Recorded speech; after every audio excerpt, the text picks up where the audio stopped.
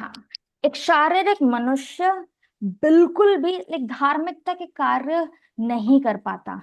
वो कुछ दिनों तक कर पाएगा, शायद एक बार करेगा, दो बार करेगा, उसके बाद उसको थकावट होने लग जाएगी। आप देखोगे कि वो थकने लग जाएगा। ठीक है।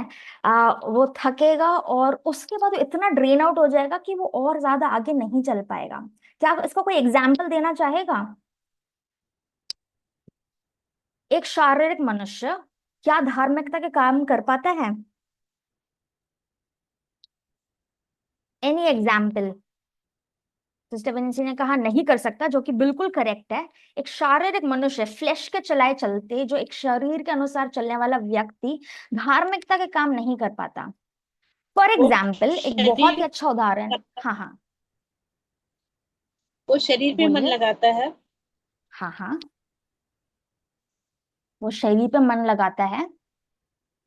हाँ, उसका शरीर, शारीरिक मनुष्य ज्यादा बलवान होता है, और आत्मिक मनुष्य या फिर मृतक अवस्था में होगा या फिर बहुत ही कमजोर स्थिति में होता है। एक बहुत ही सिंपल उदाहरण हम ले सकते हैं। फॉर एग्जाम्पल, जो लोग बैकस्लाइडिंग में हैं या फिर विश्वास नहीं करते, अगर आप उनको चर्च आने के लिए बोलो ना, तो एक संडे वो आएंगे, उनको बहुत अच्छा लगेगा। शायद परमेश्वर की उपस्थिति में वो बहुत आनंदित भी हों, एक बार वो प्रार्थना भी कर लें, वो वचन भी पढ़ लें। लेकिन बार बार करने में ना उनको बहुत तकलीफ होती है। अगर आप उनको एवरी संडे अपने फ्लेश को मार के चर्च आने के लिए बोलोगे ना, उनसे नहीं हो पाएगा। आप देखोगे कि एक एक मनुष्य जो आत्मा में नहीं चल पा रहा है, अभी भी शरीर के अधीन है, उसका शारीरिक मनुष्य अगर बहुत ज्यादा बलवान है, अब उसको चर्च आने के लिए बोलना, एक संडे शायद वो आ जाएगा। नेक्स्ट संडे देखना, जैसी कुछ कुछ परेशानियों के घर पे लड़ाई हो गई, वो घर पे बैठ जाएगा। कुछ ऑफिस का काम आ गया या फिर कुछ दूसरा काम आ जाएगा, तो उसको प्राथमिकता देगा, लेकिन कलीसिया नहीं आ पाएगा।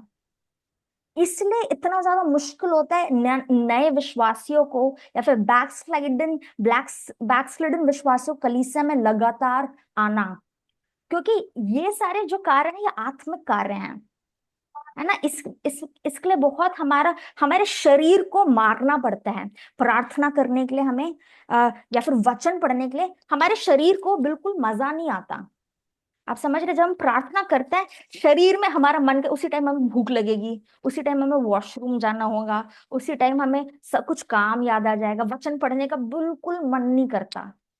एक दो बार हम एंजॉय करते हैं, लेकिन उसी में बने रहने में हमें बहुत कई बार तकलीफ होती है, अगर हमारा आत्मिक मनुष्य अभी उतना मेच्योर या फिर परिपक्व नहीं हुआ है। इसलिए हमें प्रार्थना करने की जरूरत पड़ती है कि ऐसे लोग, ऐसे विश्वासी लगातार कलीसिया आ पाए। वो थक जाते हैं, वो नहीं आ पाते, क्योंकि उनका आत्मिक मनुष्य अभी भी वीक है। वो लोग अभी स्ट्रॉन्ग, इसलिए ये सारे काम, है ना, ये सारे काम किसको करना पसंद है? एक आत्मिक मनुष्य को ये सारे काम करना बहुत पसंद आता है। परमेश्वर की उपस्थिति में टाइम स्पेंड करना, प्रार्थना करना, वचन पढ़ना। दाऊद तो ऐसे कहता है, मेरा तो मन करता है मैं दिन रात परमेश्वर के मंदिर में ही बैठा रहूं और उसके उसकी खूबसूरती को मैं देखूं। एक आत्मिक मनुष्य को गॉड के प्रेजेंस में रहना बहुत पसंद है।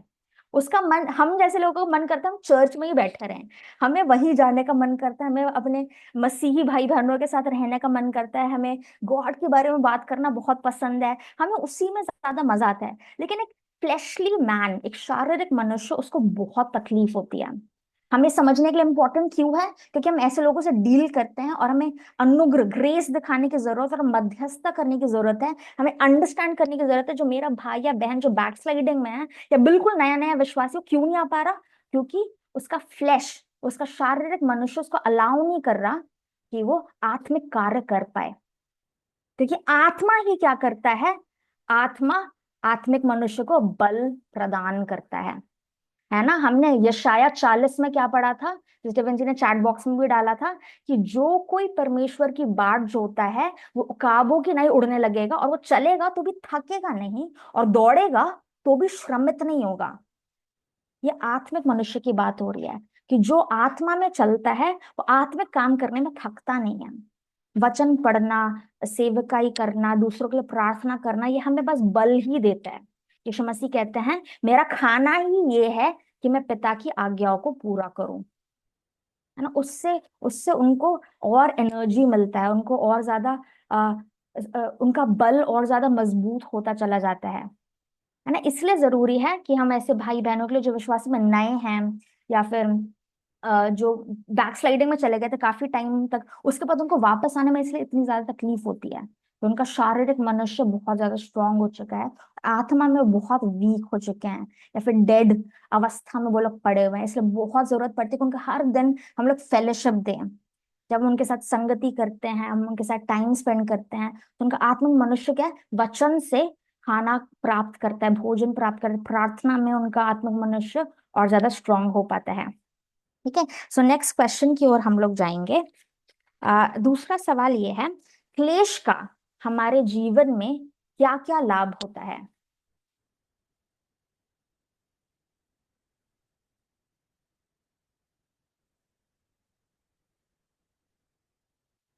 आप क्लेश के फायदे आप बता सकते हैं? यहाँ पे लिख देती हूँ क्लेश।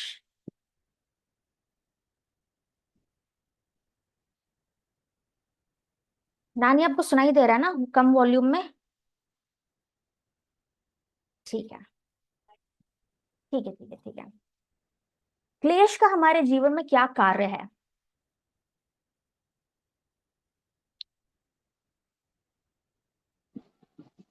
क्लेश हमें और ज्यादा परफेक्शन की ओर और परमेश्वर की ओर हमें और करीब लेकर आता है। और जब हम क्लेश में होते हैं तो जैसे कि हमने लास्ट स्टडी में भी पढ़ा था कि क्लेश भोगते तो हैं पर संकट में नहीं पड़ते हैं। निरुपाय होते हैं पर निराश नहीं होते, सताए जाते हैं पर त्यागे नहीं जाते, गिराए जाते हैं पर नष्ट नहीं होते, क्योंकि परमेश्वर हमें सामर्थ प्रदान करता है उस क्लेश में अपने आप को उस ड्यूरेशन से अपने आप को बाहर निकालने के लिए, या फिर उस प्रोसीजर में होकर के निकलने के लिए। क्योंकि हमने फर्स्ट पीटर भी पढ़ा था, जहाँ पे हम्म। फर्स्ट चैप्टर में लिखा हुआ है 7 में कि ये होना अवश्य है, क्योंकि हम परमेश्वर के सामने उस नाशवान सोने से कहीं अधिक बहुमूल्य होकर के उसके सामने प्रकट हो, ताकि प्रशंसा, महिमा और आदर का कारण ठहरे परमेश्वर के लिए। बहुत धन्यवाद। सो ये सारी चीजें होती हैं। जब क्लेश आता है तो हमें सिद्धता की ओर लेके जाता है। जैसे वचन हमें बताता है कि यीशु मसीह भी हर एक परीक्षा में उन्होंने आज्ञाकारिता सीखा, अपने आप को नम्र दीन किया, और इस लिमिट तक वो आज्ञाकारी हुए कि उन्होंने दास का रूप भी धारण किया और सिद्ध हो गए, है ना। परसिक्यूशन क्लेश सह के वो आज्ञाकारी हुए और इतने सिद्ध हो गए कि हम सभी के लिए उद्धार का कारण वो बने। तो क्लेश जब आता है वो हमें मसीह यीशु की समानता में सिद्धता की ओर लेके जाता है, हमें सामर्थ गॉड देते हैं, है ना। हमने दूसरा कुरिन्थियो उसका चैप्टर 1 में ही पढ़ा था, पहले अध्याय में, कि हमारे परमेश्वर जो सब शांति, हर एक शांति के पिता है, क्लेश में हमें क्या करते हैं, शांति प्रदान करते हैं, सामर्थ देते हैं, ताकि उस शांति से हम दूसरे लोगों को भी शांति दे पाए।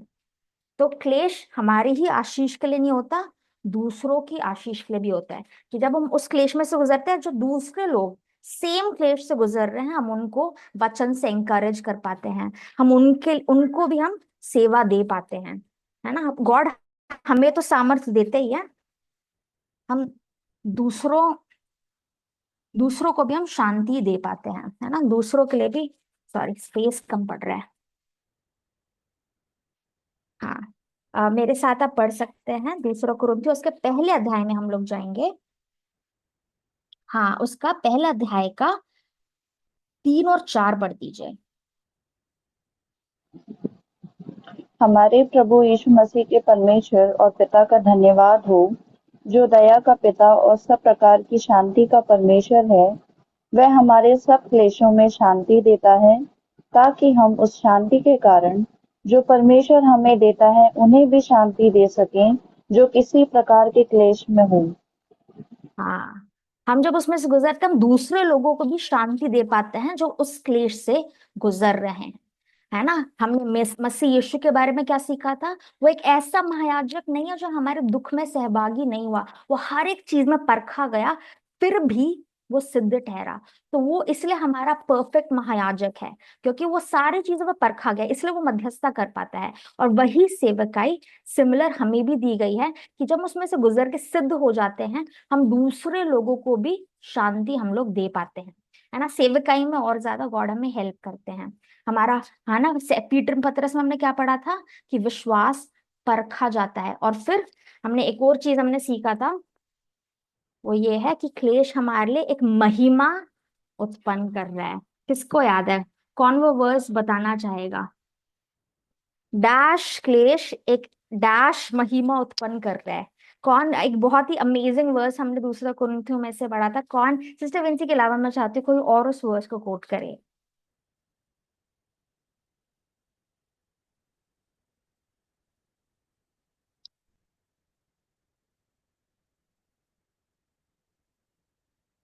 कोई भी, क्योंकि डैश क्लेश हमारे लिए एक ऐसा महिमा उत्पन्न कर रहा है जो डैश है।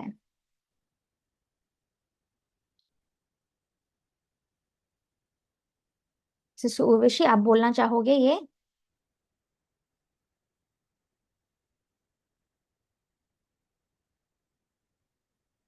वो अवेलेबल नहीं है, कोई और।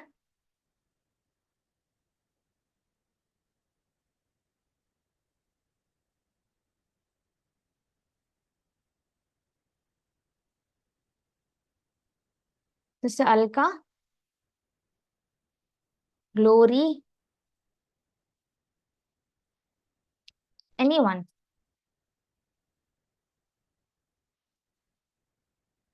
कोई बात नहीं, मैं आप लोगों के लिए बोल देती हूँ। हमने रीड किया था, क्योंकि हमारा पल भर का हल्का सा क्लेश एक ऐसा महिमा उत्पन्न कर रहा है जो अनंत काल के लिए है और बहुत महत्वपूर्ण है। आइए हम वो वर्स खोल के पढ़ेंगे, जो पाया जाता है चौथे अध्याय में। चौथा अध्याय आप खोल दीजिए, उसका 17 आयत पढ़ दीजिए। क्योंकि हमारा पल भर का हल्का सा क्लेश हमारे लिए बहुत ही महत्वपूर्ण और अनंत महिमा उत्पन्न करता जाता है।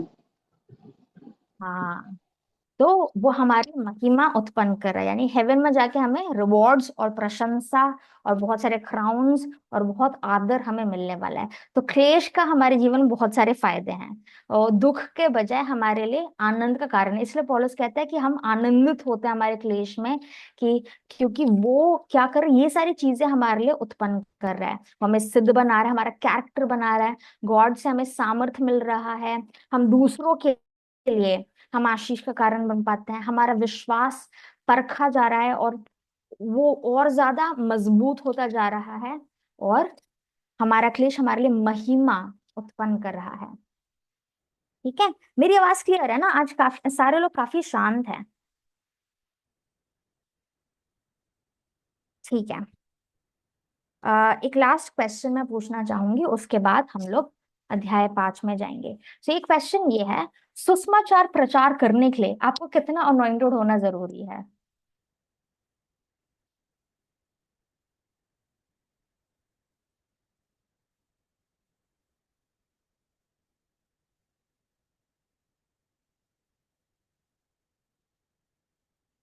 सुसमाचार प्रचार करने के लिए आपको कितनी ज्यादा अनॉइंटिंग या फिर कितने गिफ्ट्स की जरूरत है।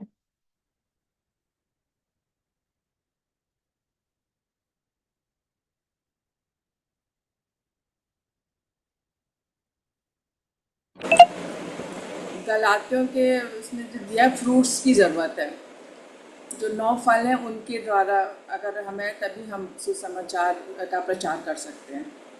गल बिल्कुल सही, बिल्कुल सही। नौ हमें गिफ्ट्स से ज्यादा हमें जो फ्रूट्स हैं, उनके फलों की, आत्मा के फलों की ज्यादा जरूरत है, ताकि हम सुषमा एक अच्छे विटनेस, मसीह के हम अच्छे गवाह ठहरे। और कोई ऐड करना चाहेगा। अच्छे गवाह बनने के लिए, मसीह का अच्छा गवाह बनने के लिए हमें गिफ्ट से ज्यादा हमें फलों की ज्यादा जरूरत है।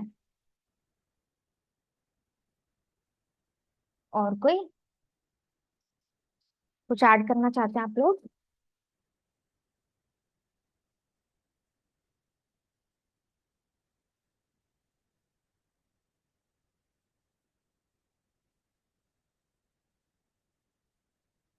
और कोई भी? और हमें पवित्र आत्मा के सामर्थ्य की और जरूरत है ना। यीशु मसीह ने प्रेरितों के काम में, हमने फर्स्ट कोरिंथियंस में जब हम पढ़ रहे थे तब हमने एक्ट्स में से हमने क्या सीखा था कि यीशु मसीह ने क्या बोला कि तुम यरूशलेम में इंतजार करना जब तक पवित्र आत्मा से सामर्थ प्राप्त नहीं करते।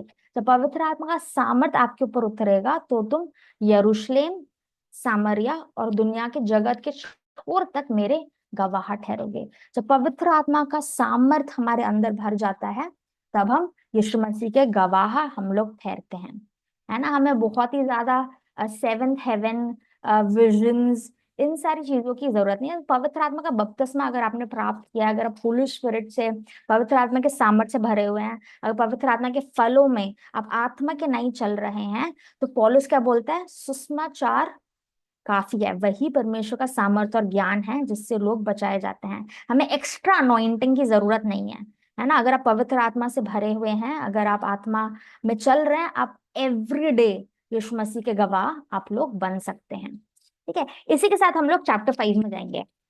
आइए हम अध्याय 5 खोल लें। आप मेरे साथ खोलिए चैप्टर 5 और आप पढ़ लीजिए, पहली 4 आयतें पढ़ लीजिए।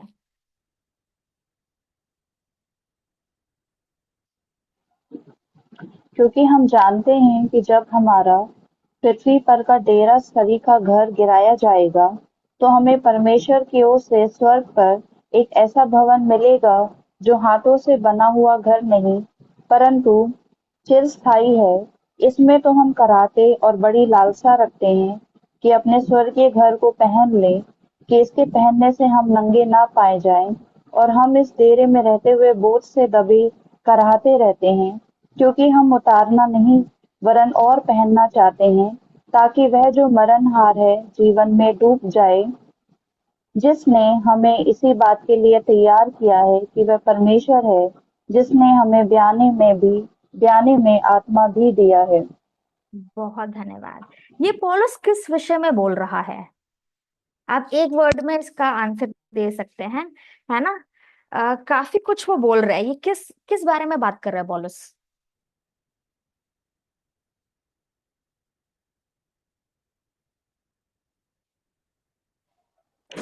हम यहाँ के हाँ हाँ। उर्वशी आंटी, आप बोलिए। स्वर्गीय घर के लिए बोल रहा है। किस चीज के लिए?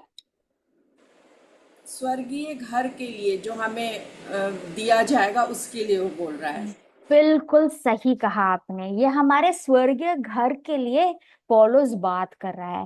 ठीक है, आप सब ओके, मेरे पास एक क्वेश्चन है। क्या आप जानते हैं कि अगर यीशु मसीह आ गए या फिर हम लोग को जब यीशु मसीह आएंगे तो क्या होगा? 2 बातें होंगी। जो लोग मसीह यीशु में सोए हुए हैं वो लोग क्या होंगे? पुनरुत्थान हो जाएगा। और हम लोग जो ऑलरेडी जीवित हैं वो लोग बदल जाएंगे, है ना। ये सब हम लोग गाना भी गाते हैं। आप थेसलोनियों में ये निकाल के पढ़ भी सकते हो, कुरिन्थियंस में भी। कुरिन्थियंस चैप्टर 15 जब हमने पिछले क्लास में हमने पढ़ा था, जब फर्स्ट कुरिन्थियंस चल रहा था तब हमने देखा था, है ना। तो सेम चीज वो वहां पे फिर से बोल रहा है। आपको पता है हमारी इस बॉडी के साथ क्या होगा? हमारा जो ये शरीर है, आपको पता है इसके साथ क्या होने वाला है?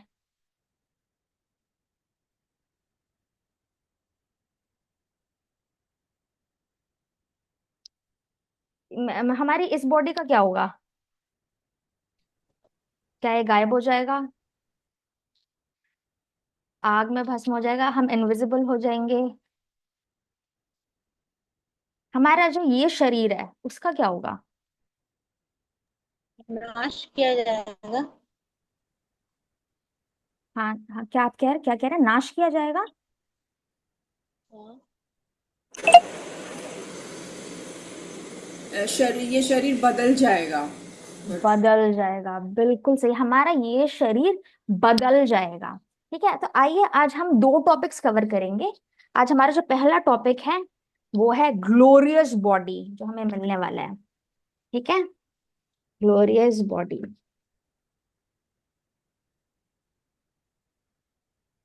हमारा जो हमें महिमामय शरीर मिलने जा रहा है महिमामय शरीर, इसके विषय में हम देखेंगे। और दूसरा टॉपिक जो आज हम कवर करेंगे वो है मिनिस्ट्री ऑफ रिकंसिलिएशन, यानी मेल मिलाप की सेवकाई। आज हम ये दो ही टॉपिक कवर करेंगे, मिनिस्ट्री ऑफ रिकंसिलिएशन, यानी मेल मिलाप, मेल मिलाप की सेवकाई। ठीक है, सो यही दो दो टॉपिक्स कवर करेंगे अभी हम इसमें, महिमा में शरीर और दूसरा है मेल मिलाप की सेवकाई। ठीक है, सो क्या है, अभी यहाँ पे क्या है, हमने जो रीड किया, आप सिर्फ फर्स्ट और सेकंड वर्स पढ़ना 5वें अध्याय का।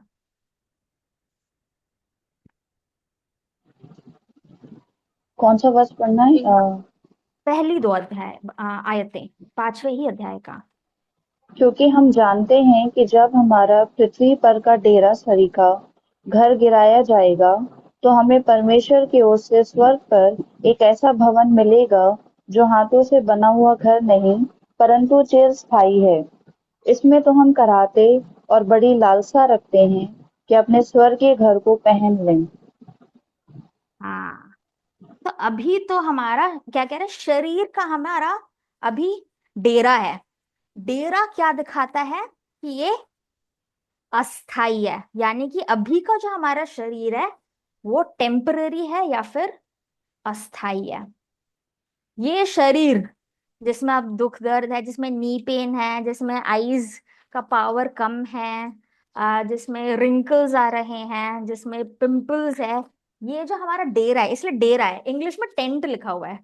टेंट, टेंट क्यों बोला गया है? क्योंकि टेंट परमानेंट नहीं होता, हम तंबू में परमानेंटली नहीं रहते, है ना, टेम्परेरी है, अस्थाई है। जब ये नाश हो जाएगा तब क्या हमें एक परमेश्वर का हाथों का बनाया हुआ भवन मिलेगा, ये स्थाई है, ये भवन है, और अभी हमारा डेरा है। ठीक है, ये वाला जो भवन है हमारा स्थाई होगा, परमानेंट हमें मिलेगा, और ये हाथों का बनाया हुआ नहीं है, परमेश्वर के द्वारा हमें दिया जाएगा। ठीक है, और ये हाथों, गॉड ने ही हाथों से बनाया है, लेकिन ये शारीरिक है, ये बदल जाएगा और गॉड हमें नया एक भवन देंगे जो परमानेंट होगा, जो ग्लोरियस है, फिर महिमामय बॉडी होगा। इसमें तो हम कराहते हैं, अभी हमने क्या पढ़ा, इसमें दुख है, दर्द है, बीमारी है, इसमें रोना है ना, इसमें सारे हमारा अभी जो शराब पाप की वजह से आ गया, हम सब जानते हैं कि हमारे आत्मा का उद्धार हुआ है, लेकिन हमारे शरीर का अभी भी उद्धार नहीं हुआ है। क्या आप सब जानते हो, है ना, हम सब सेव्ड हैं, हम उद्धार पाए हुए लोग हैं, आपकी आत्मा उद्धार प्राप्त कर चुकी है, हमारा हमारा स्पिरिट सेव्ड है, लेकिन हमारा बॉडी का अभी तक उद्धार नहीं हुआ है। अभी भी हमारे बॉडी में सिन का करप्शन वो नजर आता है ना। तो ये क्या होगा, ये हमेशा के लिए नहीं है, गॉड हमें एक नया भवन देंगे जो स्थायी होगा, जो परमेश्वर की ओर से होगा, और इसमें कोई रोना या फिर दुख दर्द ये सब नहीं होगा। ठीक है, सो मैं चाहती हूँ हम एक वर्स खोल के पढ़े, जो पहला कुरिन्थी 15 अध्याय आप खोल लीजिए, फर्स्ट कोरिन्थियंस चैप्टर 15, अध्याय 15। हम पूरा चैप्टर इसी विषय में है, पुनरुत्थान के बारे में, लेकिन हम थोड़ा सा ही पढ़ेंगे। 15 का आप ये वाला पढ़ देना, आयत हम पढ़ेंगे 40, वर्स 40 से पढ़ दीजिए, 15 का 40।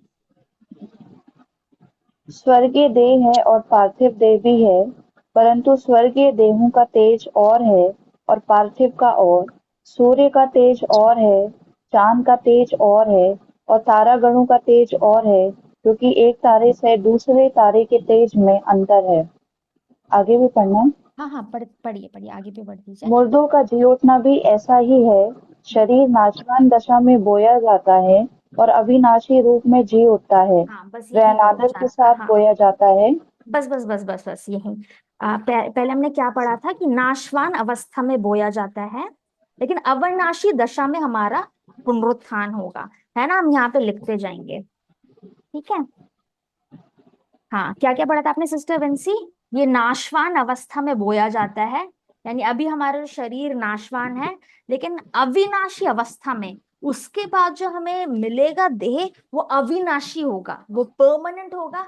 जैसा मसीह महिमा में आएगा, हम भी उसके महिमा में सहभागी, हमें भी वो नया अविनाशी, हमें अविनाशी देह यीशु मसीह हमें देंगे।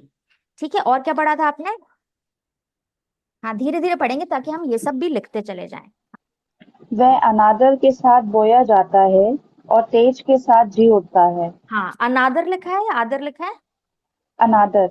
हाँ, अनादर, अनादर के अनादर साथ। के और अब, साथ बोया जाता है हाँ, और और तेज फिर के जब, साथ। हाँ, तेज के साथ हम जब यीशु मसीह आएंगे, अभी तो अनादर वाला शरीर है हमारा, उतना ब्यूटीफुल नहीं, अभी हम क्या कपड़े से अपने आप को ढके हुए हैं, है ना। जब आदम और हवा ने पाप किया, क्या किया उन्होंने? अपने आप को शर्म आ गई और उन्होंने कपड़े से अपने आप को ढक दिया। फिर जब मसीह यीशु आएंगे, हम तेज के साथ, हम लोग महिमा में हम लोग कवर हो जाएंगे। फिर आगे पढ़ दीजिए। निर्बलता के साथ बोया जाता है। हाँ, निर्बलता, निर्बल है अभी हम, निर्बलता। और आगे, निर्बलता के साथ बोया जाता है और सामर्थ के साथ जी उठता है। हाँ, सामर्थ्य होगा हमारा, हमें पता नहीं क्या क्या सुपर पावर्स मिलेंगे। अभी हम दौड़ नहीं पाते, दूर तक देख नहीं पाते, पता नहीं क्या सुपर पावर, सामर्थ्य होगा हमारा, जो हमारा दूसरा अविनाशी शरीर जो यीशु मसीह हमें देंगे, उसमें ये सारे वीकनेसेस या निर्बलता नहीं होंगी। बहुत सामर्थ्य होगा, शायद हम देख पाएंगे, शायद हम दूसरे का ख्याल भी, अब बाइबल में नहीं लिखा तो मैं नहीं जानती, मैं अपना इमेजिनेशन बोल रही हूँ, सो वी डोंट नो, है ना, लेकिन ये सब वीकनेसेस तो नहीं होंगी। ठीक है, आगे।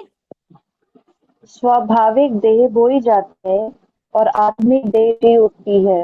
ये स्वाभाविक है, हमें एक आत्मिक देह दी जाएगी। हाँ, आगे। ऐसा ही लिखा भी है कि प्रथम मनुष्य अर्थात आदम जीवित प्राणी बना और अंतिम आदम जीवनदायक आत्मा बना। हाँ, परंतु पहले आत्मिक ना था, पर स्वाभाविक था, इसके बाद आत्मिक हुआ। प्रथम मनुष्य धरती से अर्थात मिट्टी का था, दूसरा मनुष्य स्वर्गीय है। हाँ। जैसा वह मिट्टी का था, हम्म। वैसे ही वे भी हैं जो मिट्टी के हैं, और जैसा वह स्वर्गीय है, वैसे ही वे भी हैं जो स्वर्गीय हैं। हाँ, पहला आदम जो पहला मनुष्य था, वो मिट्टी का था, तो हम सब भी मिट्टी के हैं। और आखिरी आदम, आप सभी जानते हैं आखिरी आदम कौन है? प्रभु यीशु मसीह है। वो मिट्टी का नहीं, वो स्वर्गीय है। सॉरी, थोड़ा नीचे आ गया, ये स्वर्गीय लिखा है। ठीक है, स्वर्गीय है, तो हमें भी एक स्वर्गीय देह मिलेगा। ठीक है, सो आप देख सकते हैं कितने सारे डिफरेंसेस हैं। अभी हम मिट्टी के शरीर में है, जो स्वाभाविक है, निर्बल है, नाशवान है, अनादर से परिपूर्ण है। लेकिन अब जो हमें स्वर्गीय देह मिलेगी, हम नहीं जानते वो कैसा बॉडी होगा, लेकिन जैसा मसीह यीशु का महिमा में स्वर्गीय शरीर है, हमें भी वैसा शरीर दिया जाएगा, है ना। थेसलोनी की किताब में कहता है, पलक झपकते ही हम लोग बदल जाएंगे, है ना। क्या आप लोगों ने वो पोर्शन पढ़ा है थेसलोनियंस में? आइए हम फटाफट खोलेंगे वो पोर्शन। आप थेसलोनियंस निकाल लीजिए, फर्स्ट थेसलोनियंस उसका चौथा अध्याय खोल लीजिए, पहला थेसलोनी को उसका अध्याय 4। हाँ, अब देखना, आप यहां से पढ़िए उसकी आयत, आप 16 17 पढ़ दीजिए, 4 का 16 और 17।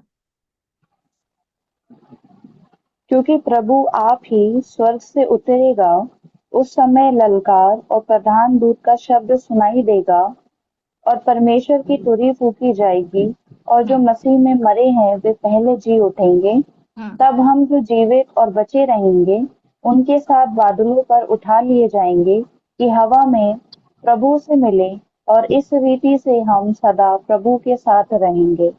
हाँ, तो सबसे पहले तुरही फूकी जाएगी, एक बहुत बड़ा तुरही जो पूरी दुनिया में सुनाई देगा, है ना। पुनरुत्थान की बात कर रहे हैं, आप ये रेफरेंसेस आप लोग लर्न कर लेना। पुनरुत्थान के बारे में कहाँ लिखा है? फर्स्ट थेसलोनियो उसका 4, और फर्स्ट कुरिन्थियंस उसका 15।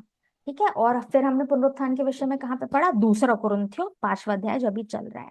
ठीक है, तो ये सारी ये आशा की बातें हैं, सुसमाचार, पूरा सुसमाचार ये है कि हमारा भी पुनरुत्थान होने जा रहा है।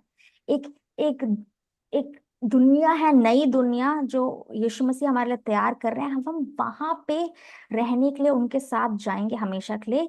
ये सब चीजें अस्थाई है, जो हम जाने वाले हैं वो स्थायी है। इसलिए बार बार हम उस ओर नजरें हम लोग टिकाते, उस ओर, उस आशा की ओर हम लोग देखते हैं। इसलिए क्लेश हमें नष्ट नहीं कर पाता, क्योंकि हमारी आशा जो है वो इन सारी बातों पे, यीशु मसीह के ऊपर है। जो होप उनमें उनमें हमें मिला है, उनका जो प्रॉमिस है वो आज भी अटल है ना। तो फिर आप पुनरुत्थान आप लर्न कर, और सुसमाचार, पूरा सुसमाचार क्या है कि यीशु मसीह हमारे पापों के लिए आए, हमारे पापों के लिए मारे गए, गाड़े गए, और तीसरे दिन जिंदा हो गए। यहीं पे स्टोरी खत्म नहीं होती। स्टोरी ये है कि क्योंकि वो जिंदा हो गए, जो कोई उन पे विश्वास करता है वो भी जीवित हो जाएगा, वो मरा नहीं रहेगा। यही सुसमाचार है ना। हम उन पे क्यों विश्वास करते हैं? क्योंकि एक पुनरुत्थान है जो उन्होंने हमारे लिए रखा है ना। तो जब भी आप किसी को सुसमाचार शेयर करते हो, आप बस वहीं पे एंड मत करना। ज्यादातर लोग यहीं पे एंड कर देते हैं सुसमाचार। यीशु मसीह आए, आपसे बहुत प्यार करते हैं, आपके लिए मर गए, ठीक है, आपके लिए मारे गए, उन्होंने आपके सारे पाप माफ कर दिए, और वो तीसरे दिन जिंदा हो गए। लेकिन वहीं पे एंड नहीं करना। उसके आगे सुसमाचार ये बोलते हैं, क्योंकि उसने मृत्यु को हरा दिया, हम लोग भी मृत्यु को हराएंगे यीशु मसीह की वजह से। ठीक है। तो ये सब जो है ना, हमारा जो डेरा, ये नष्ट कर दिया जाएगा, और ये बदल के हमें एक ऐसा भवन मिलेगा जो स्थायी है ना, जो निर्बल नहीं है, जो अविनाशी है, तेज से भरा, आत्मिक, स्वर्गीय और सामर्थी है। ठीक है। तो हम वापस अध्याय 5 में आएंगे। दूसरा कुरिन्थियों, अब वापस अध्याय 5 खोल सकते हैं। आज का टॉपिक्स काफी सिंपल है, आज ज्यादा डॉक्ट्रिन नहीं है। जैसे पिछले क्लासेस में हमने काफी सारे सिद्धांत हमने पढ़े थे, आज बहुत ही सिंपल सिंपल है ना। आज हमारा चैप्टर 5 आज पूरा का पूरा खत्म हो जाएगा। हमें इसको 2 पार्ट्स में करने की जरूरत नहीं है। ठीक है। सो हमने, आप मेरे साथ 5वां अध्याय का वर्स 5 पढ़ देना, सिर्फ 5। जिसने हमें इसी बात के लिए तैयार किया है वह परमेश्वर है, जिसने हमें बयाने में आत्मा भी दिया है। हाँ, बहुत धन्यवाद। बयाने में आत्मा भी दिया है, और ये हमने इस संडे प्रचार में भी सुना था। इसका क्या मतलब, मैं चाहती हूँ आप में से ही कोई एक्सप्लेन करे। हमें परमेश्वर ने बयाने में आत्मा दिया है, इसका क्या मतलब है? टोकन अमाउंट में दिया है पवित्र आत्मा हमें। बिल्कुल बिल्कुल बिल्कुल, है ना। जब हम, बहुत सही एग्जाम्पल मॉम ने दिया था, कि जब हम कुछ खरीदने के लिए जाते हैं, है ना, जब हम लैंड या प्रॉपर्टी खरीदते हैं, तो हमें एक डाउन पेमेंट देना पड़ता है ना। पहला कुछ अमाउंट देना पड़ता है, उसके बाद इंस्टॉलमेंट हम एवरी मंथ हम लोग दे सकते हैं। और ये जो प्रॉमिस है, यीशु मसीह ने क्या कहा कि अभी तो मैं जा रहा हूं। आपको ये प्रॉमिस याद है? यीशु मसीह ने क्या कहा? अभी तो मैं जा रहा हूं, लेकिन मैं आप लोगों के लिए एक घर तैयार कर रहा हूं, और मैं वापस बादलों पे आऊंगा, और मैं आप सबको अपने साथ लेकर जाऊंगा, और हम सब साथ साथ रहेंगे। इस प्रॉमिस को यीशु मसीह ने जब हमसे किया, तो उस प्रॉमिस के लिए यीशु मसीह ने एक टोकन अमाउंट हमें दिया है, एक डाउन पेमेंट। ये गारंटी करने के लिए कि हाँ, मेरा प्रॉमिस पक्का है, जो मैंने बोला वो मैं करके दिखाऊंगा, और वो होगा ही होगा। और वो हमें गारंटी पता है क्या दिया है? पवित्र आत्मा, है ना। पवित्र आत्मा हमारा गारंटी है। अगर आप पवित्र आत्मा से भरे गए हैं और पवित्र आत्मा के सामर्थ्य में आप चल रहे हैं, ये गारंटी है कि आप उस मिरास के वारिस होंगे, जो मसीह यीशु का इनहेरिटेंस। आपको पता है मसीह यीशु का इनहेरिटेंस, इनहेरिटेंस कैसे बोलते हैं हिंदी में? उसका मिरास, है ना, संपत्ति। जब पापा होते हैं, वो अपने बेटे को बहुत सारी संपत्ति देते हैं। तो हमारा पहलौटा, हमारा बड़ा भाई यीशु मसीह, क्या हमारे पापा है या बड़े भाई हैं? कौन मुझे बताना चाहेगा?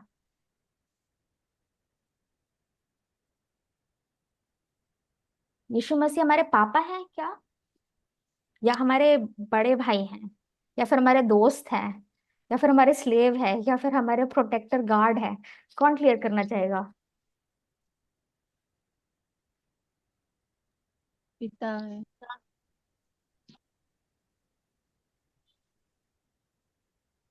हाँ हाँ, आप में से किसी ने आई थिंक से अनम्यूट किया है। पिता है। पिता है। हम्म, ओके। और कोई? वो हमारे पिता भी हैं, हमारे दोस्त भी हैं, और वो मतलब ऑलमोस्ट सारी चीज़ हमारे लिए वो बन जाते हैं, एज ए हम्म। दोस्त की तरह भी, और क्या बोलेंगे, गाइड की तरह भी, सब कुछ हमारे लिए वो बन जाते हैं। ओके। और कोई ऐड करना चाहते हैं इसमें? जो वचन के अकॉर्डिंग जो लिखा है मैं वही बोलूंगी कि जीसस इज आवर सेवियर, वो हमारा उद्धार करता है। And second thing, he is our shepherd, जैसे जिसने कहा कि वो हमारा चरवाहा है। Okay, thank you so much, आप सब लोग सही हैं। बस एक छोटा सा करेक्शन मैं करना चाहूंगी यहाँ पे। हम सब जानते हैं हमारे परमेश्वर त्रिएक परमेश्वर है ना? पिता, दिनों से नहीं बना था दाल घर में। पुत्र पढ़ रही है पढ़ और रही है। पवित्र आत्मा।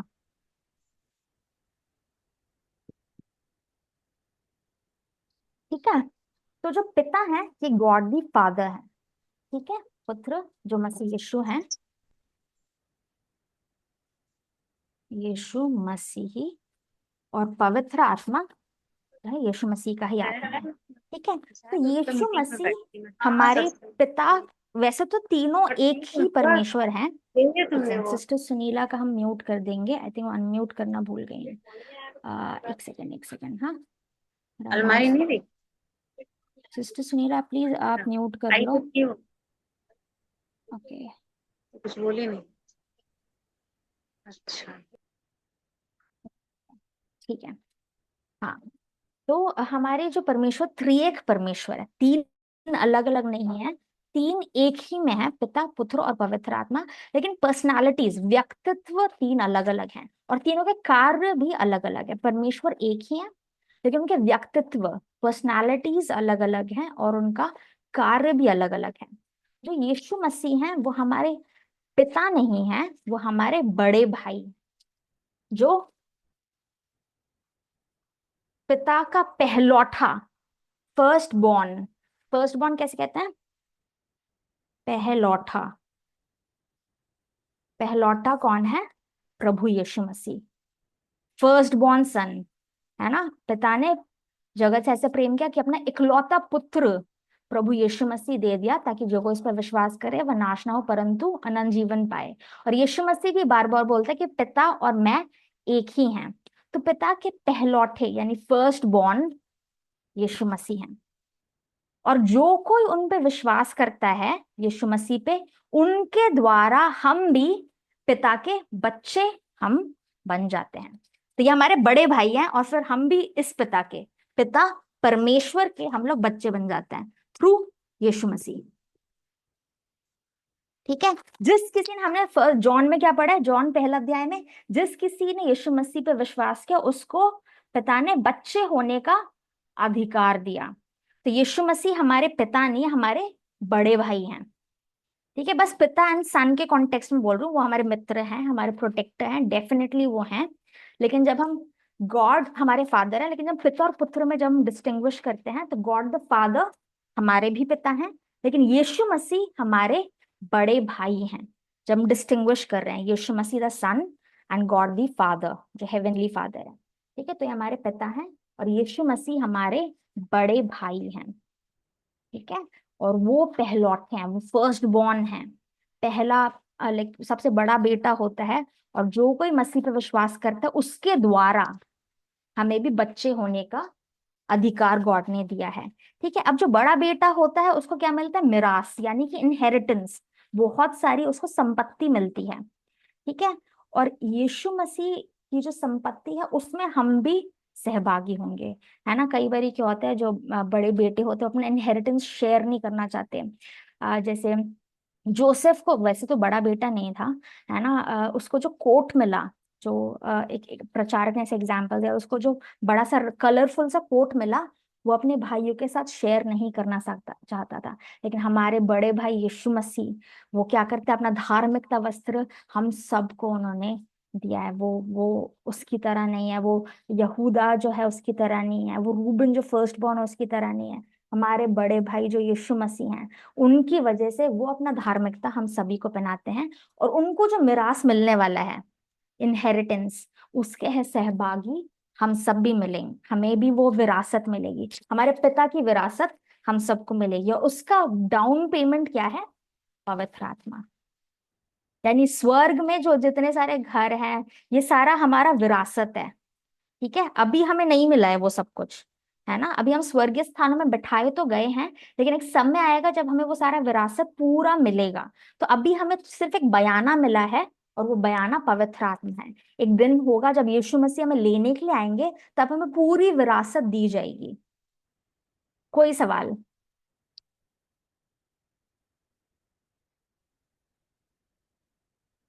किसी के पास कोई भी सवाल है? एक सेकंड, फर्स्ट बॉर्न वाला है ना वर्स भी आपको निकाल के दे देती हूँ, ताकि आपके पास कोई कंफ्यूजन ना हो। सॉरी, मेरा लैपटॉप थोड़ा सा दिक्कत दे रहा है। किसी के पास कोई डाउट या क्वेश्चन तो नहीं है यहाँ तक? आपको क्लियर हुआ? काफी लोग, मैं भी जब छोटी थी तो मुझे भी मेरे जो टीचर्स हैं उन लोगों ने क्लियर किया कि यीशु मसीह हमारे पिता नहीं है, स्वर्गीय पिता हमारे पिता हैं, मसीह यीशु हमारे बड़े भाई हैं।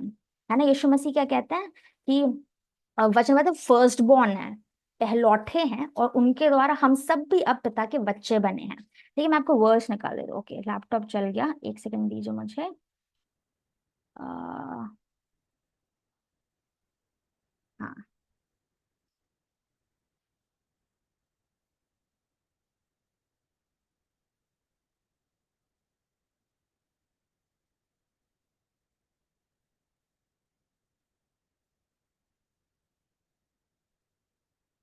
मुझे पता नहीं था जो टॉपिक आ जाएगा। हाँ, आप कुलूसियो 1 का 18 खोल के पढ़ दीजिए। कुलूसियो 1 का 18 और कुलूसियो 1 का 15 भी पढ़ दीजिए।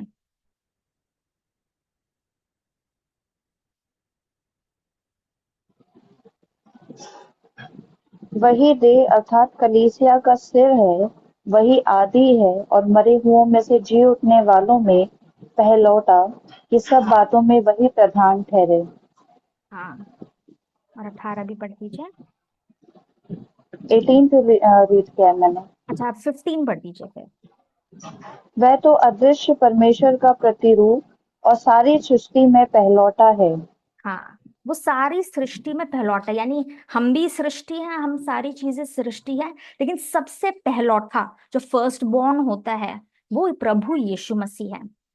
जिन सबका पुनरुत्थान होने वाला है उसमें भी वो पहलौठा है, सारी सृष्टि में भी वो पहलौठा है। वो पिता का सबसे फर्स्ट बॉर्न है, और उनको जो विरासत मिलने वाली है, हमें भी यीशु मसीह इतना अच्छा है कि हम सबके साथ शेयर करेंगे उनको जो महिमा। है ना, जब यीशु मसीह इस पृथ्वी पे थे, क्या वो अपनी महिमा में थे?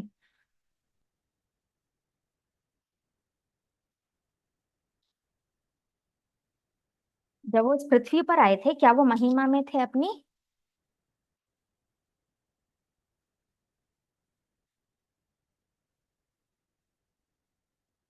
बस हाँ या ना ही दो है, आप कोई भी हाँ या ना बोल सकते हैं।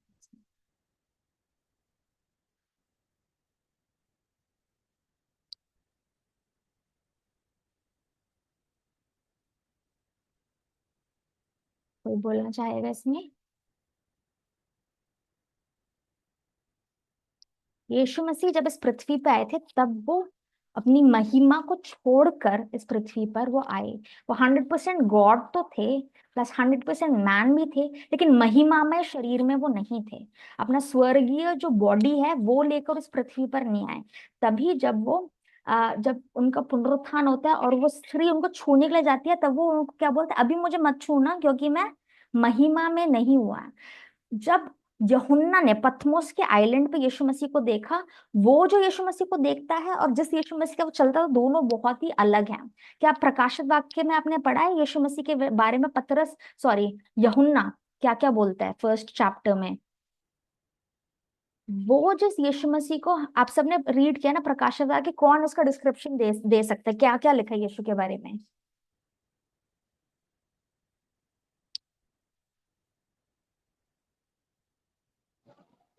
आ, वो आदि है और अंत है, अल्फा और ओमेगा है। वो मर हाँ, गया था लेकिन अब जीवित है। आई थिंक हाँ, हाँ, आप सही कह रहे हो, रेवलेशन। आप बिल्कुल सही कह रहे हो। रेवलेशन हम खोलेंगे। हाँ, उसका फर्स्ट चैप्टर अगर आप खोलोगे, हाँ, तो उसमें देखना वो कहता है मैं आत्मा में हुआ, और फिर हम यहाँ से पढ़ेंगे, ठीक है। उनके बारे में देखना 12वीं आयत से आप नीचे पढ़ दीजिए, फर्स्ट आयत का ही 12 से नीचे। तब मैंने उसे जो मुझसे बोल रहा था देखने के लिए अपना मुंह फेरा, और पीछे घूमकर मैंने सोने की 7 दीप्तें देखी, और उन दीप्तों के बीच में मनुष्य के पुत्र सदृश एक पुरुष को देखा, जो पांवों तक का वस्त्र पहने और छाती पर सोने का पटुआ बांधे हुए था। उसके सिर और बाल श्वेत ऊन वरन पाले के समान उज्ज्वल थे, और उसकी आंखें आग की ज्वाला के समान थी। उसके पांव उत्तम पीतल के समान थे, जो मानो भट्टी में तपाया गया हो, और उसका शब्द बहुत जल के शब्द के समान था। वह अपने दाहिने हाथ में 7 तारे लिए हुए था, और उसके मुख से तेज 2-धारी तलवार निकलती थी। उसका मुंह हाँ, ऐसा प्रज्वलित था जैसे सूर्य कड़ी धूप के समान चमकता है। बस यहीं तक। और हम जानते हैं कि यीशु मसीह के बारे, क्या यीशु मसीह पृथ्वी पर जब आए थे तब इसी रूप में चल रहे थे वो?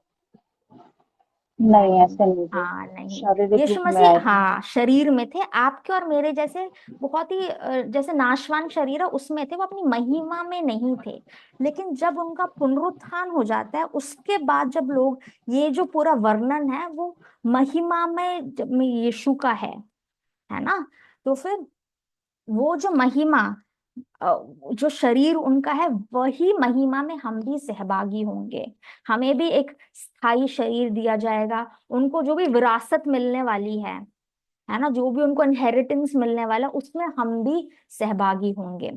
तो यहाँ पे हमारा ये वाला टॉपिक खत्म हो जाता है। इस टॉपिक से रिलेटेड क्या किसी के पास कोई भी क्वेश्चन है?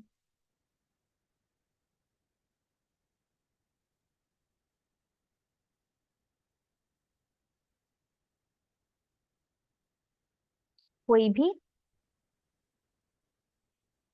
अगर नहीं है तो फिर हम आगे बढ़ेंगे, ठीक है। बहुत ही सिंपल सा है, पुनरुत्थान हम लोगों ने पहले भी पढ़ा हुआ है, ठीक है। सो ये हमें पता चल गया कि बयाने में हमने संडे भी कवर किया था, बयाने में पवित्र आत्मा दिया गया है, और ये इस बात का गारंटी है कि जैसे मसीह यीशु महिमा में है, वैसे ही हम भी एक दिन महिमा में होंगे। हमें कोई महिमामय शरीर, हमें नहीं पता वो कैसा होगा, लेकिन वचन बताता है कि हमें एक अस्थायी यानी परमानेंट हमें देह दी जाएगी। आइए हम आगे बढ़ते हैं 5वां अध्याय का। आज हम जल्दी खत्म करेंगे। आप वर्स 6 और 7 पढ़ दीजिए। अतः हम सदा ढाढ़स बांधे रहते हैं, और यह जानते हैं कि जब तक हम देह में रहते हैं तब तक प्रभु से अलग हैं, क्योंकि हम रूप को देखकर नहीं पर विश्वास से चलते हैं। हाँ, अभी तो हम इस शरीर में हैं, तो हम प्रभु से शरीर में हम अलग हैं, आत्मा में नहीं। शरीर में हम अभी उनसे दूर हैं, है ना। अगर देह की बात की जाए तो वो स्वर्ग में है, हम यहाँ पर हैं, लेकिन आत्मा में वो हमारे अंदर हैं, ठीक है। और यह we walk by faith not by sight, हम क्या देख के नहीं लेकिन विश्वास से हम चलते हैं। ये सब चीजें हमें दिख नहीं रही हैं, है ना। हमने चौथे अध्याय के लास्ट में भी क्या पढ़ा था? जो देखी हुई बातें हैं वो क्या है? अस्थाई है। ये बहुत ही इंपॉर्टेंट कॉन्सेप्ट है। जो भी हमें दिखता है, देखी हुई बातें अस्थाई है, जबकि अनदेखी जो है वो क्या है? स्थाई है, परमानेंट, ठीक है। इसलिए हम देखी हुई बातों पे नहीं लेकिन विश्वास पे चलते हैं। हमें विश्वास है कि हमें ये जो कुछ भी ऊपर लिखा हुआ है ये गॉड हमारे लिए करेंगे। बहुत ही सिंपल है, इसमें ज्यादा कुछ नहीं है।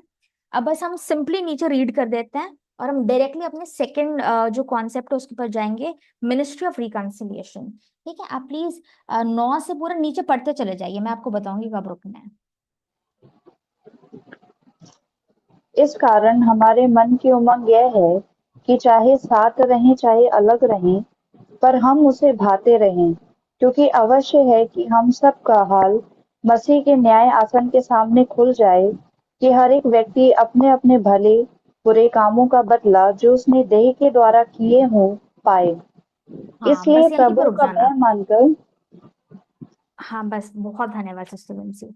यहाँ पे एक हमारे नेक्स्ट टॉपिक में जाने से पहले हम न्याय के विषय में और देखेंगे। ठीक है, किस किस का न्याय होने वाला है? विश्वासियों का, अविश्वासियों का, यहूदी लोगों का। न्याय के विषय में हम देखते हैं न्याय का डॉक्ट्रिन क्या है। अभी हमने पुनरुत्थान देखा, हमें एक स्वर्गीय देह मिलने वाला है, वो हमने देखा। न्याय के विषय में आप लोग क्या क्या जानते हैं? किसका न्याय होने होगा, कैसे होगा? आप कुछ भी जो आपके पास इंफॉर्मेशन है वो बता सकते हैं। प्रत्येक व्यक्ति का न्याय होगा, क्योंकि अभी हमने रीड किया था, वहां लिखा है हर एक व्यक्ति का न्याय होगा, चाहे उसने अच्छा किया हो चाहे बुरा किया हो। बिल्कुल लाइक सही। जो परमेश्वर को नहीं भी जानता है उसका भी न्याय होगा, क्योंकि उसने संसार में रह के कैसा जीवन जिया, उसके प्रतिफलों का, उसके कामों का उसको प्रतिफल मिलेगा। बिल्कुल सबका, हर एक व्यक्ति का न्याय होने जा रहा है। अभी हमने पढ़ा ही था कि चाहे विश्वासी हो, अन्य जाति हो, हर किसी को सिंहासन के सामने खड़े रहना पड़ेगा। आपके मम्मी पापा आपके लिए नहीं आएंगे, आपके हस्बैंड आपके लिए नहीं आएंगे, आपके बच्चे आपके लिए नहीं खड़े हो सकते। एक सेकंड, इसका वीडियो थोड़ा ऑफ हो गया, एक सेकंड दीजिए मुझे। हम में से हर एक व्यक्ति को इंडिविजुअली, यानी अकेले अकेले, फैमिली के रूप में नहीं, फैमिली के रूप में नहीं, हम में से हर एक व्यक्ति को, हाँ ठीक है, sorry, हाँ, हमें से हर एक व्यक्ति को, बोर्ड क्यों नहीं दिख रहा? ओके, हाँ, हमें से हर एक व्यक्ति को उस न्याय के सिंहासन के सामने खड़ा होना होगा। लेकिन एक छोटा सा डिफरेंस है, जो अन्य जाति है उनका जो न्याय होगा वो कॉन्डमनेशन के होगा, यानी पनिशमेंट। कैसे बोलेंगे? पनिशमेंट यानी कॉन्डमनेशन कैसे बोलेंगे? वो लोग दोषी ठहराए जाएंगे या फिर अनंत काल की मृत्यु, है ना, अनंत काल। जबकि जो विश्वासी हैं, विश्वासी, उन, हमारा न्याय पता है, हमारा न्याय हमें किस लिए मिलेगा? रिवॉर्ड्स के लिए। रिवॉर्ड को कैसे बोलेंगे? प्रतिफल। सो ये दो चीजें होने वाली हैं। जो अन्य जाति है उनका न्याय किस लिए होगा? नरक या फिर अनंत काल की मृत्यु के लिए, दो कॉन्डमनेशन के लिए होगा। लेकिन जो विश्वासी हैं, हमें कॉन्डम नहीं किया जाएगा, हमारा भी हर चीज न्याय होगा। जो जो काम हमने किए, जो जो मुंह से वर्ड्स हमने बोला, हमारा न्याय क्या होगा? प्रतिफल का, हमें रिवॉर्ड्स के लिए, क्राउन्स के लिए हमारा न्याय होगा। कुछ वर्सेस हम लोग रीड करते हैं, ठीक है? आप मेरे साथ खोलिए, इब्रानियों 9 का 29 पढ़ दीजिए। इब्रानियों 9 का 29।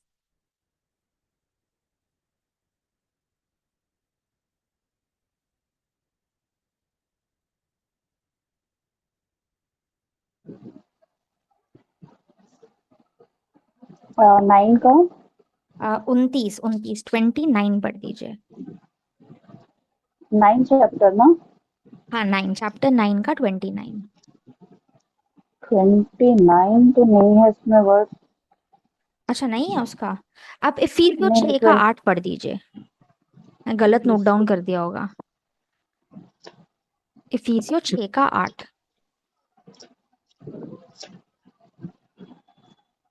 क्योंकि तुम जानते हो कि जो कोई जैसा अच्छा काम करेगा, चाहे दास हो चाहे स्वतंत्र, प्रभु से वैसा ही पाएगा।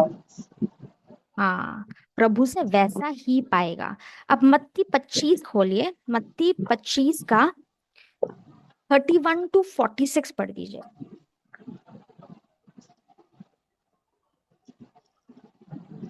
25 का 31 से लेके 46 तक। जब मनुष्य का पुत्र अपनी महिमा में आएगा और सब स्वर्गदूत उसके साथ आएंगे, तो वह अपनी महिमा के सिंहासन पर विराजमान होगा, और सब जातियां उसके सामने इकट्ठी की जाएंगी। और जैसे चरवाहा भेड़ों को बकरियों से अलग कर देता है, वैसे ही वह उन्हें एक दूसरे से अलग करेगा। वह भेड़ों को अपनी दाहिनी ओर और बकरियों को बाईं ओर खड़ा करेगा। तब राजा अपनी दाहिनी ओर वालों से कहेगा, हे मेरे पिता के धन्य लोगों, आओ उस राज्य के अधिकारी हो जाओ जो जगत के आदि से तुम्हारे लिए तैयार किया गया है। क्योंकि मैं भूखा था और तुमने मुझे खाने को दिया, मैं प्यासा था और तुमने मुझे पानी पिलाया, मैं परदेशी था और तुमने मुझे अपना घर घर में ठहराया, मैं नंगा था और तुमने मुझे कपड़े पहनाए, मैं बीमार था और तुमने मेरी सुधि ली, मैं बंदी गृह में था और तुम मुझसे मिलने आए। तब धर्मी उसको उत्तर देंगे, हे प्रभु, हमने कब तुझे भूखा देखा और खिलाया, या प्यासा देखा और पानी पिलाया? हमने कब तुझे परदेशी देखा और अपने घर में ठहराया, या नंगा देखा और कपड़े पहनाए? हमने कब तुझे बीमार या बंदी गृह में देखा और तुझसे मिलने आए? तब राजा उन्हें उत्तर देगा, मैं तुमसे सच सच कहता हूँ कि तुमने जो मेरे इन छोटे से छोटे भाइयों में से किसी एक के साथ किया, वह मेरे ही साथ किया। तब वे बाईं ओर वालों से कहेगा, हे शापित लोगों, मेरे सामने से उस अनंत आग में चले जाओ जो शैतान और उसके दूतों के लिए तैयार की गई है। हाँ, तो 42 भी बाई, पढ़ूं? हाँ नहीं काफी, आई थिंक अब हमने पढ़ा हुआ है। तो बाई और सारी बकरियां होंगी, उनका जो सिंबोलिज्म बकरी से किया गया है, जो अविश्वासी हैं या फिर जो मसीह का नाम लेकर भी मसीह के साथ नहीं चलते, वो सारे बाई और होंगे। और उनको क्या बोल, उनको जहाँ पे अनंत काल के लिए दांत पीसना और रोना है, वहां पे उनको भेज दिया जाएगा। ठीक है, तो ये अनंत काल का क्या हमने देखा कि वो दोषी ठहराए जाएंगे और अनंत काल की मृत्यु के लिए उनको भेज दिया जाएगा। तो दोनों का जजमेंट अलग अलग होने वाला है। हमारा जजमेंट इन लोगों के, हमारा न्याय इन अविश्वासियों के साथ नहीं होगा। ठीक है, तो पुनरुत्थान के बाद क्या होगा? जब यीशु मसीह आएंगे, तुरही फूकी जाएगी। ठीक है, सब लोग क्या होंगे? उनके न्याय के सिंहासन के सामने खड़े किए जाएंगे और किताबें खोली जाएंगी। ठीक है, फिर यीशु मसीह इस दृष्टांत में क्या बोल रहे हैं? सबको ऐसे बाई ओर कौन होगा? सारी बकरियां, उनको क्या बकरियां बोला गया, बाई ओर किया जाएगा। और है ना, उन यीशु मसीह, तुमने मुझे खाना नहीं खिलाया, आत्मा के फल, मुझे है ना, मैं बीमार था, मुझे मेरी सुधि नहीं ली, मेरे साथ ये नहीं कि मैं, तो उन सबको रोना और दांत पीसना, यानी इटर्नल कॉन्डमनेशन के लिए भेज दिया जाएगा। उनका न्याय ये, अनंत काल के लिए दोषी ठहराए जाएंगे। जबकि दाहिनी ओर क्या होंगे? हम सारे विश्वासी लोग। यीशु मसीह ने उनके विषय में क्या बोला? कि जब मैं बीमार था तुम मुझे देखने के लिए आए। ठीक है, जब मैं जेल में था तुम मुझसे मिलने के लिए आए, मेरी सुधी ली, मेरे पास कपड़े नहीं थे, तुमने मुझे कपड़े पहनाए, मुझे मेरा हेल्प किया। यानी जो यीशु मसीह के साथ, यीशु मसीह के जैसे चले, वे सारे भेड़, हम लोग, हम दाहिने ओर हम लोग आ जाएंगे। ठीक है, एक और पोर्शन खोलेंगे, पहला कुरिन्थियों 3 अध्याय, उसका आप 13वां पढ़ देना, 3 का 13। पहला कुरिन्थियों 3 का 13।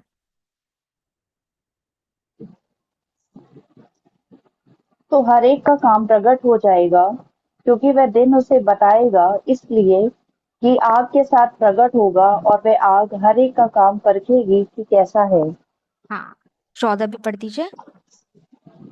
जिसका काम उस पर बना हुआ स्थिर रहेगा, वह मजदूरी पाएगा। 15। यदि किसी का काम जल जाएगा, तो वह हानि उठाएगा, पर वह आप बच जाएगा, परंतु जलते जलते। हाँ, तो हम जो भेड़ लोग हैं, उनका काम परखा जाएगा। यानी हम सेव तो हो जाएंगे, लेकिन हम जो भी काम इस पृथ्वी कर रहे हैं उसका न्याय होगा। और किस चीज से न्याय होगा? कैसे परखेंगे प्रभु यीशु मसीह? आग के आ- साथ। बिल्कुल, आग से परखा जाएगा। और फाउंडेशन क्या है? केवल मसीह यीशु है। एक ही नींव रखी गई है। हम जो भी सेवकाई, कलीसिया की एक ही नींव है, और यीशु मसीह है। तो जो भी हम काम करते हैं वो उसी नींव पे बना हुआ। हमारा खाना पीना, उठना बैठना, फ्रेंड्स बनाना, सेवकाई करना, जो भी हम काम करते हैं उसी नींव के ऊपर बना हुआ होना चाहिए। ठीक है, और काम आग से परखा जाएगा। अगर वो ऐसा नश्वर चीजों से बना है, यानी घास फूस, पत्थर, तो वो आग में जल जाएगा, है ना। लेकिन अगर वो स्थायी है, यानी कि यीशु मसीह की नींव के ऊपर बना हुआ है, तो हम क्या पाएंगे? उसका प्रतिफल पाएंगे। है ना, हमने यही पढ़ा ना आयत 15 में, कि उसका उसका रिवॉर्ड मिलेगा। जो if anyone's work which he has built on it endures, he will receive reward. बस 14th वर्स अब पढ़ दीजिए। जिसका काम उस पर बना हुआ स्थिर रहेगा, वह मजदूरी पाएगा। वो मजदूरी पाएगा। ये न्याय की बात हो रही है, यानी कि अगर हमारा काम प्रभु यीशु मसीह की नींव के ऊपर बना हुआ है, तो हम मजदूरी पाएंगे स्वर्ग में। हमारा हर एक काम जो आप यहाँ पे इस पृथ्वी पे कर रहे हो उसका न्याय होगा, और वो यीशु मसीह उसको आग से परखेंगे। ठीक है। और फिर इसमें हमने कहा कि अगर वो काम जल गया, 15 में क्या पढ़ा था, अगर वो काम जल जाएगा, if anyone's work is burned he will suffer loss but he himself will be saved yet so as through fire। अगर आपका काम उस नींव के ऊपर नहीं बना हो तो आपका काम जल जाएगा। यानी अगर आपने यीशु मसीह को ध्यान में रखते हुए वो काम नहीं किया है तो उस काम का प्रतिफल आपको नहीं मिलने वाला। आपका काम जल जाएगा लेकिन आप सेव्ड हो, जलते जलते आप बच गए। मतलब आपका उद्धार आप नहीं खोगे, आपका जो उद्धार है सैल्वेशन को आप नहीं खोगे, लेकिन आपका जो रिवॉर्ड है आप उसको खो सकते हो। सेव आप हो जाओगे, लेकिन अगर आपका काम उस आग से परखा गया और स्थायी नहीं पाया गया तो उसका प्रतिफल आपको नहीं मिलेगा। क्या आपको क्लियर है? कोई भी क्वेश्चन के लिए मैं समय देना चाहूंगी, 1-2 मिनट। एक क्वेश्चन है मेरा। हाँ जी। इफ अगर कोई नॉन बिलीवर है, ठीक है, and he don't know about God, वो जीसस के बारे में भी नहीं जानता, बट वो अगर उसने अपनी लाइफ बहुत अच्छे से जी है, ईमानदारी से काम अच्छे से किया है, वो ड्रिंक नहीं कर रहा है, स्मोक नहीं कर रहा है, अडल्ट्री नहीं कर रहा है, घूस नहीं दे रहा है, कोई भी गलत काम जो बिब्लिकली लिखा है कि नहीं करना है, बट वो गॉड को नहीं जानता है, तो क्या वो हेवन में एंटर कर पाएगा? लाइक क्या वो उस चीज के लिए उसको एप्लीकेबल होगा कि गॉड उसको हेवन में चांस दे आने के लिए? क्योंकि उसने अपनी लाइफ अच्छे से जी है, ईमानदारी से काम किया, कुछ गलत नहीं किया, किसी का मर्डर नहीं किया, किसी के साथ कुछ बुरा नहीं किया। बहुत अच्छा क्वेश्चन है कि आप में से कोई भी आंसर देना चाहता है। एक ऐसा व्यक्ति है जो पूरा जीवन बहुत अच्छे से जिया लेकिन मसीह यीशु को नहीं जानता, क्या वो स्वर्ग जा पाएगा? बहुत ही वैलिड क्वेश्चन है। एंड क्वेश्चन बहुत सारे लोग पूछते हैं, स्पेशली एथिस्ट लोग, है ना। तो मैं चाहती हूँ आप में से कौन इसको आंसर देना चाहेगा ताकि हम थोड़ा प्रैक्टिस कर पाए, है ना। कोई भी व्यक्ति, एक पर्सन बहुत राइचियसली जिया, उसने कुछ गलत काम नहीं किया, धार्मिकता से चला, लेकिन मसीह यीशु को नहीं जानता।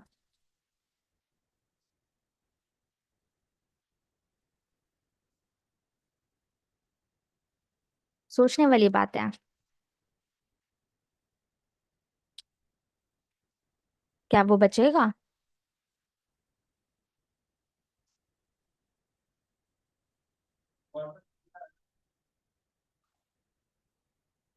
कोई भी,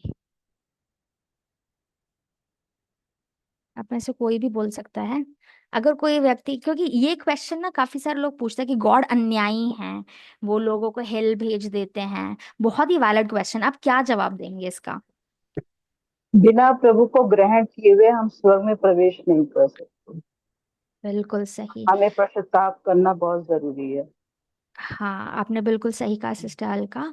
एंड ये कोई कितना भी धर्मी क्यों ना हो, एंड धार्मिकता का एक ही मापदंड है, प्रभु यीशु मसीह। वचन हमें बताता है स्वर्ग में, पृथ्वी पे, पृथ्वी के नीचे, स्वर्ग के नीचे, स्वर्ग के ऊपर एक ही नाम हमें दिया गया जिससे उद्धार है, और वो है प्रभु यीशु मसीह। बहुत ही वैलिड क्वेश्चन आपने उठाया सिस्टर विंसी।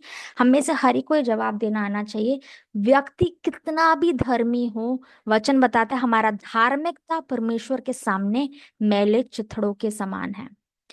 एक ही नाम है जिससे हम सेव हो सकते हैं, चाहे वो सीरियल रेपिस्ट मर्डरर क्यों ना हो, या फिर इस दुनिया का सबसे अमेजिंग महात्मा गांधी क्यों ना हो। अगर वो पूरा जीवन उस व्यक्ति ने सोशल वर्क किया, लेकिन अगर वो यीशु मसीह के ऊपर विश्वास नहीं कर रहा है, उसके लिए हेवन में कोई, क्योंकि पिता ने क्या है, एक ही नाम दिया है जिससे हम उद्धार प्राप्त करें, है ना। जब हम सैल्वेशन रीड भी कर रहे थे पिछले क्लासेस में, हमने क्या, विश्वास के द्वारा ही हम धर्मी ठहरते हैं, है ना। हमने ये डॉक्ट्रिन हमने पढ़ा था क्या, कि न्याय से, व्यवस्था से हम धर्मी नहीं ठहरते, लेकिन यीशु मसीह पे विश्वास करने के द्वारा ही हम धर्मी ठहराए जाते हैं। क्योंकि कोई भी कितना भी अच्छा काम कर ले, कितना भी अमेजिंग हो जाए, परमेश्वर को प्रसन्न नहीं कर सकता। हम एक ही व्यक्ति है जिसने ये प्रसन्न किया, वो प्रभु यीशु मसीह है, और उनके द्वारा ही हम जा सकते हैं। ठीक है। तो एक क्वेश्चन फिर से रेज होता है कि क्या परमेश्वर अन्यायी है? मैं आप लोगों से पूछना, अगर किसी ने आपसे पूछा कि गॉड कितने अन्यायी है, अच्छे लोगों को भी नरक भेज रहा है बस इसलिए क्योंकि यीशु मसीह पर विश्वास नहीं किया, तो आप उसका क्या जवाब दोगे? क्योंकि एथिस्ट ये पूछते हैं कि गॉड अनफेयर है। रेपिस्ट है, उसने, ये सीरियल किलर है, ये जो बच्चों को मर्डर करने वाला, चाइल्ड ट्रैफिकिंग वाला व्यक्ति है, और अगर उसने लास्ट में रिपेंट कर लिया, यीशु मसीह को एक्सेप्ट कर लिया, तो वो हेवन चला जाएगा। लेकिन एक व्यक्ति जो जीवन भर अच्छा जिया, धार्मिकता में जिया, वो हेवन नहीं जा पा रहा, इसको आप कैसे आंसर करोगे? क्या गॉड अन्यायी है?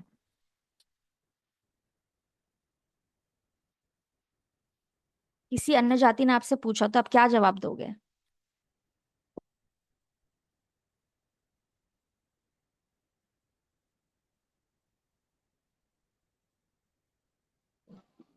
गॉड अन्यायी नहीं है, क्योंकि गॉड ने हर किसी को एक चांस दिया है। वचन कहता है कि वो धीरज धरता है ताकि लोगों का मन फिर जाए, लाइक लोग रिपेंट कर जाएं और अपनी लाइफ को उसकी ओर फेर दें। एंड जीसस ने एक बहुत बड़ा स्टेटमेंट दिया है कि मार्ग, सत्य, जीवन वही है, और बिना उसके द्वारा कोई हेवन नहीं जा सकता। तो ये सीधा सीधा स्टेटमेंट है कि जैसे कि अभी आपने बोला कि आप चाहे कितना भी अच्छा काम कर लो, बट विदाउट सन, मतलब उसके बिना आप स्वर्ग में एंटर नहीं कर सकते, क्योंकि वही एक मीडिएटर है जिसके थ्रू आप हेवन में जा सकते हो, गॉड के साथ में रह सकते हो आप। बिल्कुल सही। लोग कभी भी परमेश्वर को अन्यायी नहीं बोल सकते, क्योंकि वचन ऐसे बताता है कि हर एक व्यक्ति को अवसर दिया जाएगा। और प्रकाशित वाक्य में भी, हम नए नियम में भी ऐसे पढ़ते हैं कि गॉड इंतजार कर रहा है कि हर कोई व्यक्ति अंत तक, अंत के छोर तक, जब यीशु मसीह का प्रचार हो जाएगा, तब यीशु मसीह वापस आएंगे। मतलब पूरी दुनिया में जब तक हर एक व्यक्ति हर तरफ सुसमाचार शेयर नहीं हो जाता, तब तक गॉड वेट कर रहे हैं। गॉड, परमेश्वर तब से इंतजार कर रहा है कि हर एक व्यक्ति मन फिराए। और यहाँ तक कि जब यीशु मसीह जब मरे भी, तब भी वो अधोलोक में गए और वहां पे भी जाके प्रचार किया। तो शुरुआत से लेके एंड तक कोई व्यक्ति एक्सक्यूज नहीं दे सकता कि हम मसीह यीशु को नहीं जानते। तो हर किसी के पास इक्वल चॉइस है, हमें मेहनत करने की जरूरत नहीं है। एक मर्डर के पास भी और एक धर्मी व्यक्ति के पास बहुत इक्वल अपॉर्चुनिटी है कि वो मसीह यीशु पे विश्वास करके अनंत काल का जीवन प्राप्त कर सकता है। हर किसी को यह अवसर पिता परमेश्वर ने दिया है। तो और यहाँ तक मैंने पर्सनली बहुत नोटिस किया कि जब कोई व्यक्ति धार्मिकता में या फिर जेन्युइनली गॉड को सीख करता है, यीशु मसीह अपने आप को उस पर प्रकट करते हैं। अगर वो व्यक्ति धर्मी है, हम जब कोर्नेलियस के विषय में हम पढ़ते हैं, वो एक धर्मी व्यक्ति था, लेकिन वो यहूदी नहीं था, वो यीशु मसीह के बारे में नहीं जानता था। और हम क्या देखते हैं कि गॉड पतरस को भेजता है कि वहां सुसमाचार प्रचार, और वो यीशु मसीह को जान लेता है और अपना जीवन यीशु को दे देता है। हम साधु सुंदर सिंह के बारे में, बहुत सारे ऐसे लोग जिन्होंने बस गॉड को ढूंढ रहे थे कि हमें बस देखना सच्चा परमेश्वर कौन है। जिस किसी ने, अगर वो यीशु को नहीं जानता, अगर किसी ने गॉड को बस कि गॉड आप अपने आप को रिवील करो, यीशु मसीह ने हमेशा हर बार अपने आप को प्रकट किया है। जो कोई अगर धार्मिकता में चल रहा है, गॉड उसको हमेशा अवसर देते हैं कि वो यीशु मसीह को जाने। है ना, रोमियो में ऐसे लिखा है कि हर एक व्यक्ति को अवसर दिया गया है। पूरा सृष्टि उसका महिमा बताता है, हर एक व्यक्ति, हर एक क्रिएशन उसके बारे में बताता है। और गॉड अपने लोगों को भी भेजते हैं कि सुसमाचार का प्रचार करे। और गॉड इस बात का वेट करे, जब तक दुनिया के छोर तक सुसमाचार प्रचार नहीं हो जाता, तब तक वो नहीं आएंगे। तो बहुत जरूरी है हम हर किसी को यीशु मसीह के बारे में बताएं, तभी यीशु मसीह वापस आएंगे। है ना, तो हर किसी को इक्वल अपॉर्चुनिटी है। ऐसे नहीं है कि वो मेहनत कर करके आपको धर्मी बनना पड़ेगा, सबके पास अपॉर्चुनिटी है। तो देखा जाए तो गॉड बहुत धर्मी और बहुत न्यायी है। उन्होंने सबके लिए कह दिया, तुम बस पुत्र पे विश्वास करो और धर्मी बन जाओ। और फिर धार्मिकता में चलने के लिए भी गॉड पवित्र आत्मा देते हैं कि आप उस धार्मिकता में बने रहें। तो परमेश्वर ने हम सब के लिए बहुत सरल कर दिया है। और हमने यही देखा था व्यवस्था में, है ना, कि व्यवस्था कभी भी हमें धर्मी नहीं ठहरा पाई। तभी उस पुरानी वाचा को जाना पड़ा और नई वाचा आई, जो कि पवित्र आत्मा की वाचा है। इसलिए कोई भी व्यक्ति कितना भी धर्मी काम करे, हेवन नहीं जा सकता। है ना, अभी हमने वो सिद्धांत पढ़ा था जो आपको याद होगा, पुरानी वाचा और नई वाचा। लेटर मारता है, गिल्ट क्रिएट करता है। व्यक्ति धर्मी कितना भी हो, कितना भी हो, कहीं ना कहीं छूट जाएगा और उसको गिल्ट होगा। आप एक हफ्ते आप ट्राई करो, आप गिल्ट में, आप इतना हैवी होगा, सुबह से लेकर रात तक बुरा भी विचार मत करो, हम थक जाएंगे। कहीं ना कहीं एक गंदा थॉट, जेलेसी, हेट्रेड, इरिटेशन, गुस्सा आ ही जाता है। वो व्यवस्था नहीं कर पाई, इसलिए गॉड ने पवित्र एक नई व्यवस्था भी, नया वाचा हमारे साथ क्या, वो है पवित्र आत्मा का वाचा, जो पट्टिया पे लिखा था अब हमारे हृदय में लिख दिया गया है। तो अगर कोई आपसे एक क्वेश्चन करता है कि क्या गॉड अन्यायी है, नहीं, गॉड न्यायी है, और इसलिए उन्होंने हमारे सब कुछ सरल कर दिया। हम वाचा पढ़ चुके हैं, इसलिए आज हम वाचा में नहीं जाएंगे। और कोई क्वेश्चन?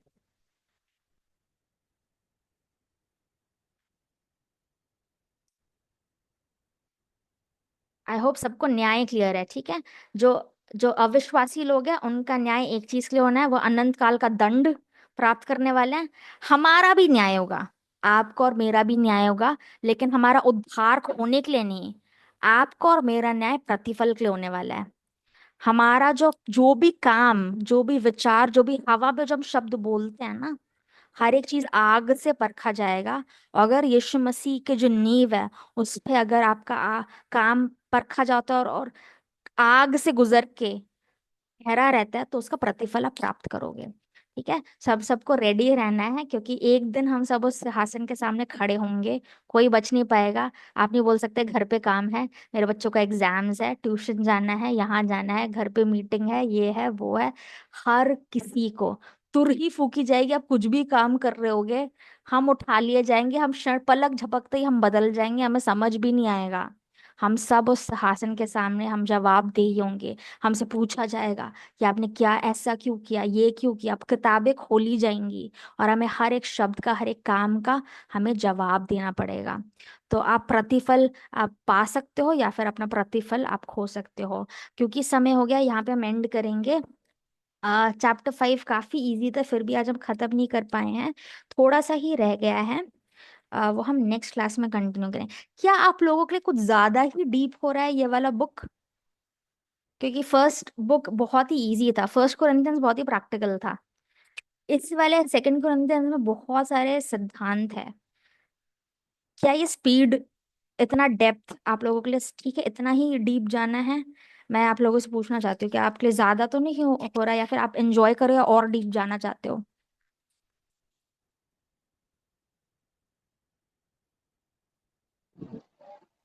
ये इतना सही है जो आप स्टडी ले रहे हो, और जिस डेप्थ में ये, मतलब मेरे लिए तो बहुत कंफर्टेबल है एंड इजी ठीक है है। कि इसे समझना एंड ग्रैब करना।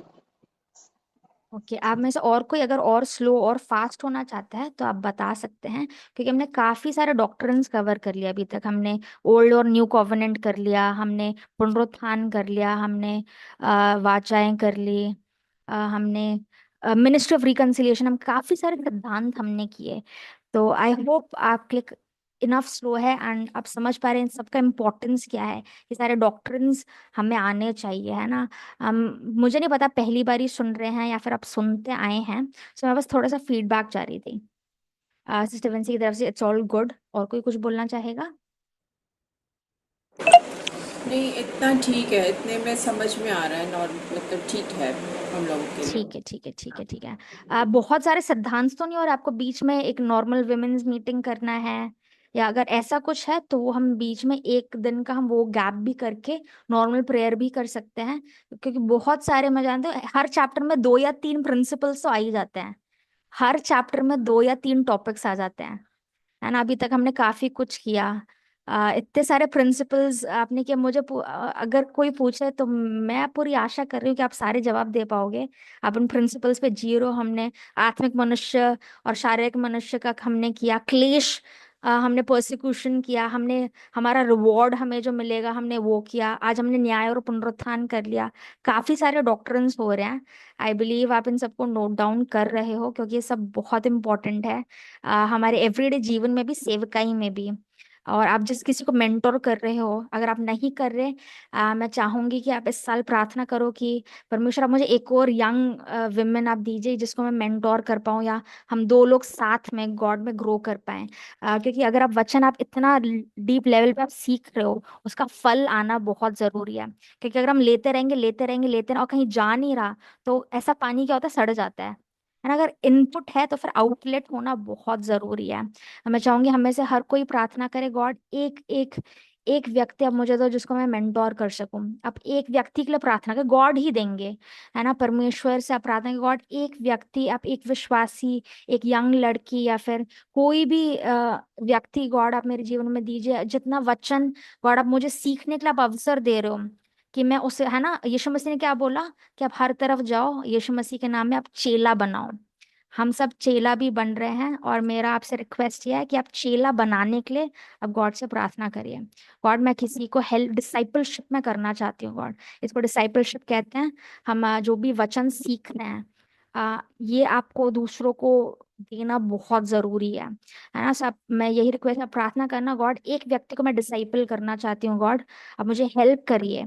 एक व्यक्ति मेरे जीवन में दीजिए कि एवरी वीक या फिर हफ्ते में एक बार दो बार हम लोग फोन पे प्रार्थना में बैठे, या फिर कोई नया विश्वासी गॉड, एक नया सहेली आप मेरे जीवन में दो कि ये सारा वचन जो आपने मेरे हृदय में डाला है मैं उस दूसरे व्यक्ति को चेला मैं बना पाऊं।